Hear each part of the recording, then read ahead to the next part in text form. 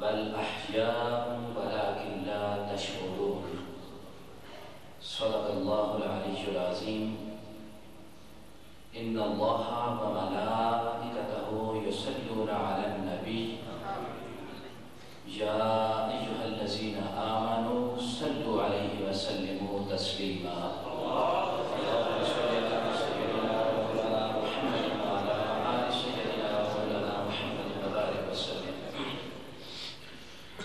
معزز و محترم سامعین، اسلامی تاریخ میں محرم الحرام کے مہینے کو ایک نمایاں حیثیت حاصل ہے،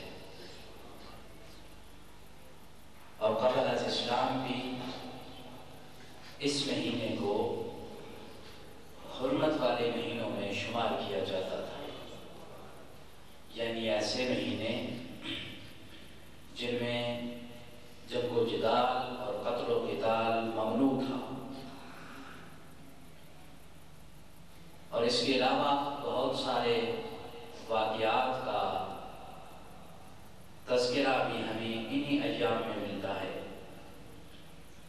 مثلا حضرت آدم علیہ السلام کی توبہ کا قبول ہونا، حضرت نوح علیہ السلام کی کشتی کا جودی پہاڑ پر ٹھہرنا،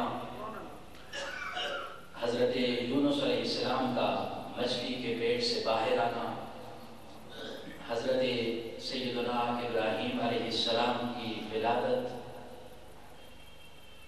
بنی اسرائیل کو حضرت سیدنا موسیٰ علیہ السلام کی معیت میں فرعون سے نجات حاصل ہونا، حضرت سیدنا عیسیٰ علیہ السلام کا آسمان کی طرف اٹھایا جانا، یعنی بہت سے واقعات، اور پھر قیامت کے واقعے کا اسی دن وقوع پذیر ہونا بھی ہمیں بتایا گیا ہے، یعنی قیامت جب واقع ہوگی تو وہ یہی محرم الحرام کا مہینہ اور یہی 10 تاریخ ہوگی۔ لیکن اسلامی تاریخ میں محرم الحرام کے مہینے کو جو شہرت عامہ نصیب ہوئی اور جہاد عالم میں اس مہینے اور ان ایام کو جو خصوصیت نصیب ہوئی،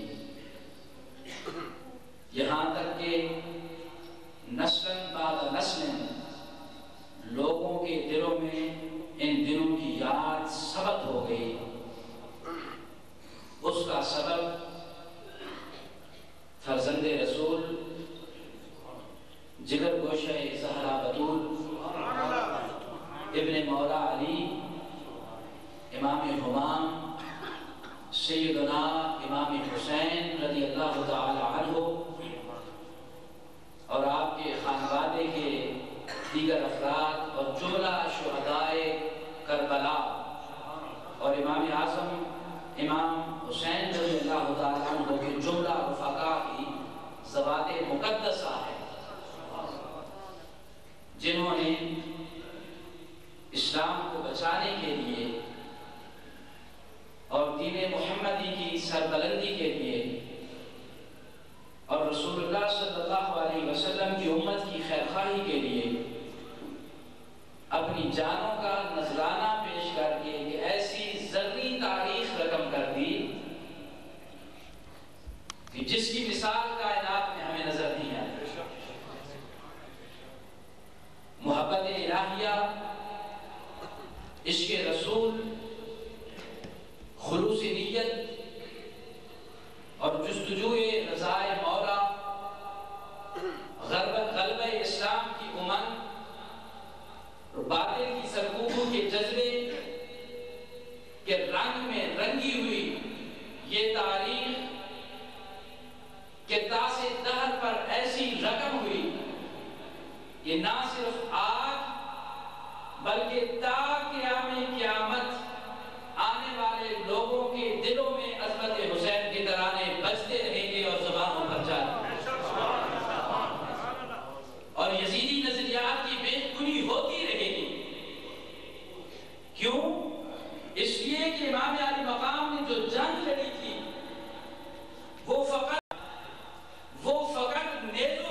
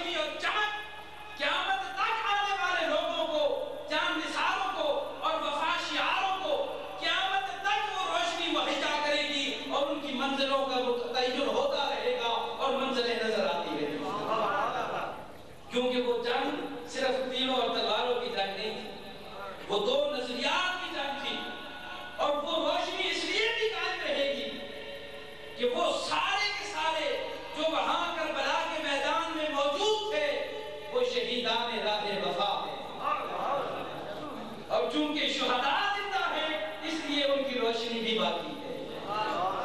چونکہ شہداء زندہ ہیں، اللہ نے فرمایا وَلَا تَقُولُوا لِمَنْ يُقْتَلُ فِي سَبِيلِ اللَّهِ أَمْوَاتٌ، جو لوگ اللہ کے راستے میں مارے جائیں انہیں مردہ مت کہو، بل احیاء، بلکہ وہ تو زندہ ہیں، وَلَٰكِنْ لَا تَشْعُرُونَ، لیکن ان کی زندگی وہ تمہارے عقل و شعور بھی نہیں آ سکتی. ان کی زندگی کی تمہیں خبر نہیں ہے، تم نہیں جانتے.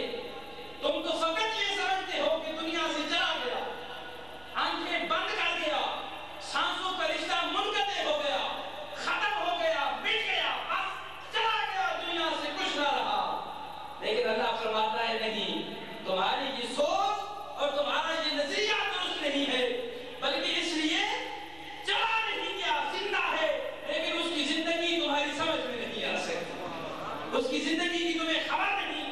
تم جسے فقط ایک قبر کو مٹی کی ڈھیری سمجھے بیٹھے ہو، تم تو یہ سمجھتے ہو کہ جب دنیا سے رخصت ہوا تو مٹی کے ڈھیر کے نیچے چلا گیا، کچھ نہ رہا. فرمایا نہیں، وہ قبر وہ مٹی کا ڈھیر نہیں ہے، وہ جنت کے باغوں میں سے ایک باغ. وہ مٹی کا ڈھیر نہیں ہے، وہ جنت کا باغ ہے. اور لوگوں، آپ بھی باغ میں جاتے ہو، سیر کرنے کے لیے جاتے ہو، مجھے یہ تو بتاؤ کہ جو بھی باغ میں جاتا ہے زندگی موجود ہوتی ہے تو جاتا ہے نا؟ کیا کوئی ایسا بھی دیکھا ہے کہ قبرستان میں مردے کو دفن کر کے آئے ہو اور تم گھر پہنچے اور مردہ قبر چھوڑ کے جا رہا ہوں، میں باغ کو سیر کرنے جا رہا ہوں؟ کبھی دیکھا ہے؟ نہیں دیکھا. کیوں؟ کہ باغ مردوں کی جگہ نہیں ہے. باغ میں وہی جاتے ہیں جن کی زندگی کی شمع روشن ہوتی ہے، اور شہداء وہ زندہ ہے، بظاہر تو نگاہوں سے اوجھل ہو جاتے ہیں. اللہ فرماتا ہے ان کی زندگی ایسی ہے کہ تمہاری سمجھ سے بھی بالاتر ہے، تمہیں ان کی زندگی کا شعور بھی حاصل نہیں. سمجھتے ہیں مٹی کا پردہ آ گیا، لیکن بظاہر خاک سے ملتی نظر آتی ہے لاش ان کی، مگر ہے زندہ و پائندہ ہر دم جانے باطن. بل احیاء، اللہ فرماتا ہے بلکہ وہ زندہ ہیں. اسی لیے دوستو، جب شہداء زندہ ہیں اور ہمارا ایمان ہے شہداء زندہ ہیں، تو ہم ان زندوں کا ماتم نہیں کرتے.